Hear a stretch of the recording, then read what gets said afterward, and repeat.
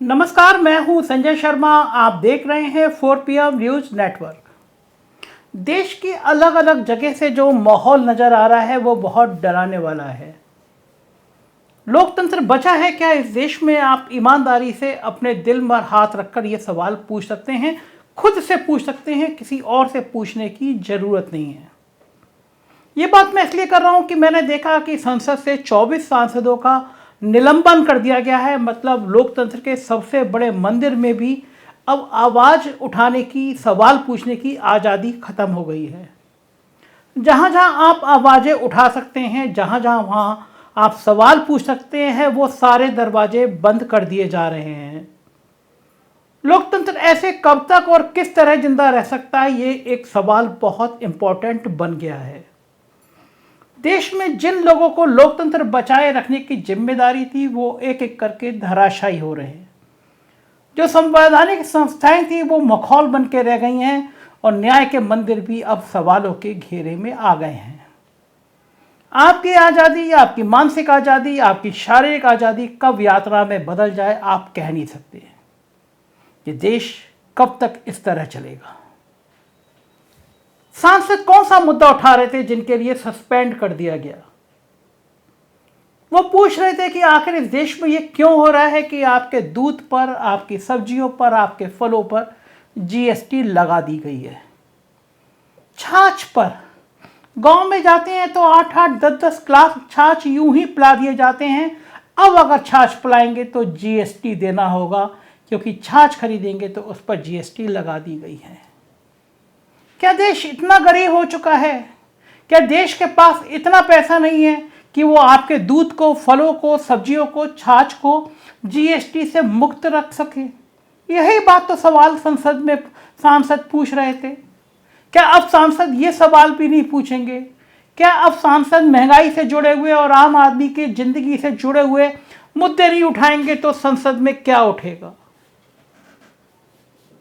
संसद में कब तक आप बहुमत पे और सिरों की गिनती के आधार पर यह साबित करते रहेंगे कि लोकतंत्र का मतलब सिर्फ सिर गिनना है? लोकतंत्र का मतलब आम आदमी की आवाज उठाना नहीं है।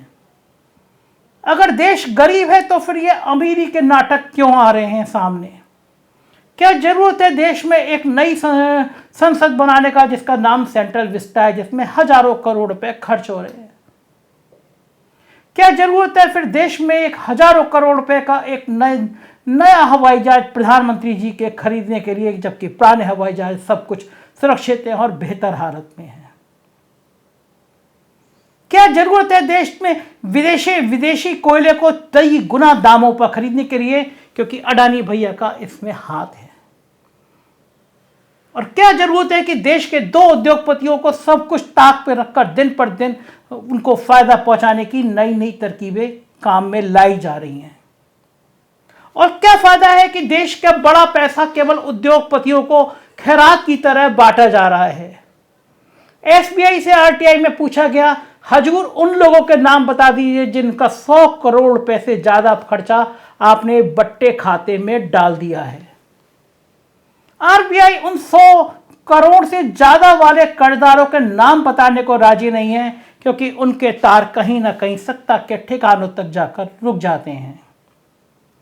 अगर ईमानदारी है तो फिर यह नियम क्यों लागू कर दिया गया कि राजनीतिक पार्टियां बॉन्ड से पैसा लेंगी और आप सिर मारते मारते थक जाइए, आपको यह नहीं बताया जाएगा कि उस बॉन्ड से पैसा दिया किसने?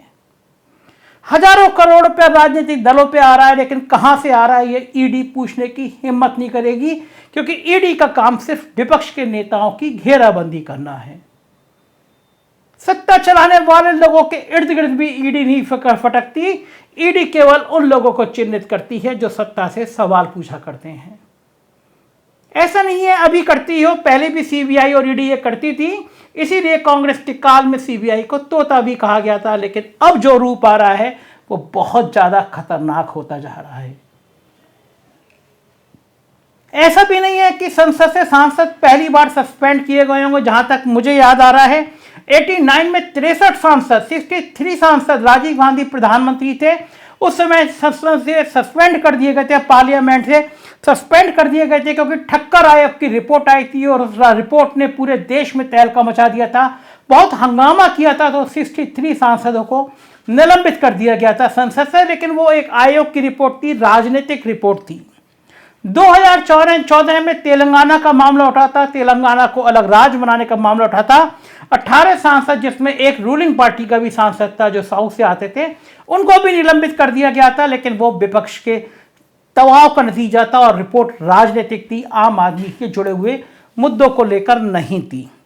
2019 में भी सुमित्रा महाजन जी के सामने एक गोदावरी बांध के ऊपर एक मामला आया था।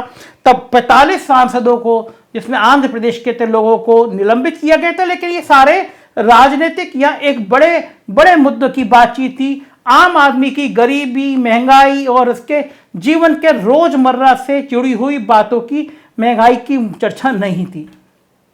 क्या अब सांसद ये भी नहीं पूछेगा पार्लियामेंट में कि गुजरात में जब शराबबंदी लागू है तो वहां पे शराब बिक कैसे रही थी, और शराब बिक रही थी तो दर्जनों लोगों को आखिर मरने के लिए बेवश क्यों होना पड़ा? आखिर शराबबंदी वाले राज्य में कौन शराब पिला रहा था जिसमें दर्जनों लोग तड़प तड़प के मर गए? संजय सिंह को जब निलंबित कर दिया गया था तो संजय सिंह पार्लियामेंट के अंदर एक तख्ती लेके बैठ गए और उन्होंने अपनी पीड़ा कुछ इस तरह बात व्यक्त करी।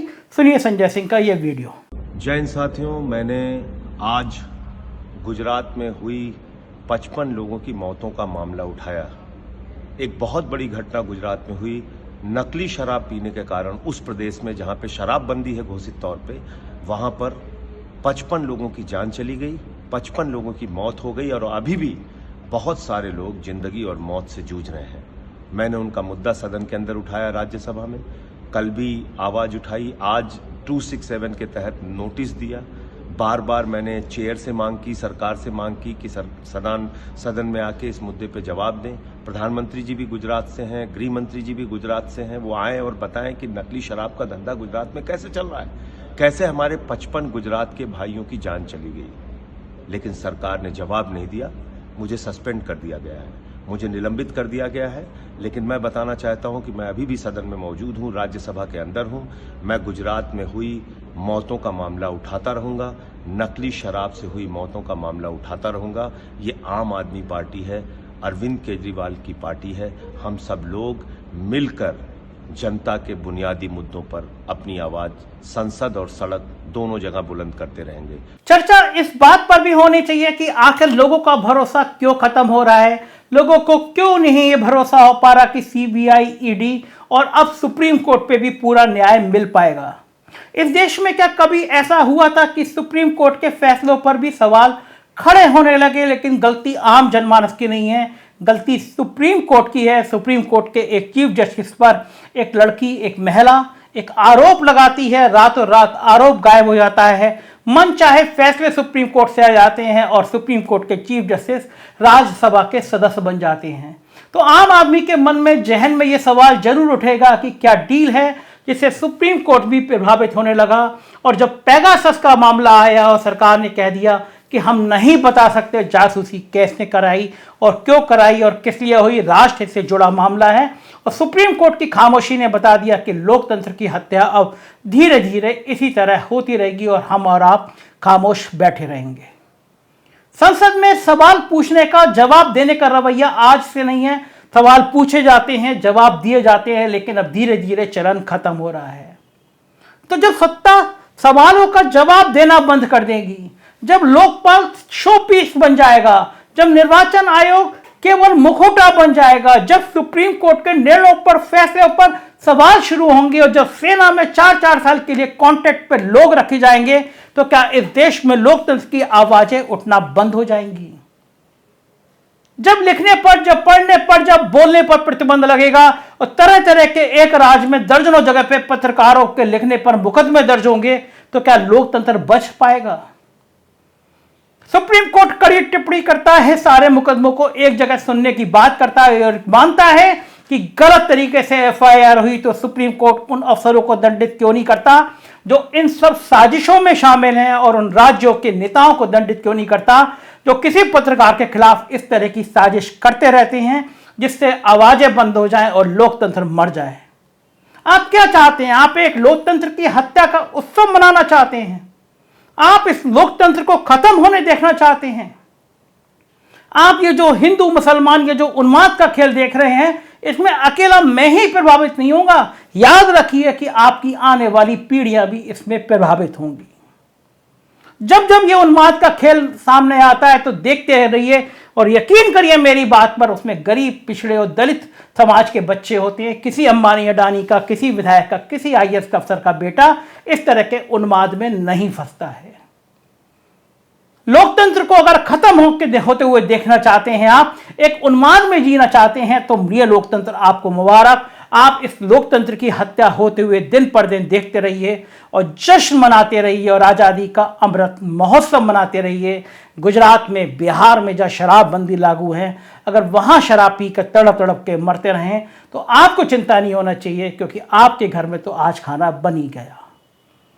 मैं ऐसी आवाज़ों को उठाते रहूँगा, हश्र जो भी हो। अगर आपको मेरा ये बात पसंद आती है तो इसको शेयर करिए, दोस्तों से कहिए 4 PM एक ऐसी आवाज़ है जिसको इस देश में हर जगह जाना चाहिए। शुक्रिया।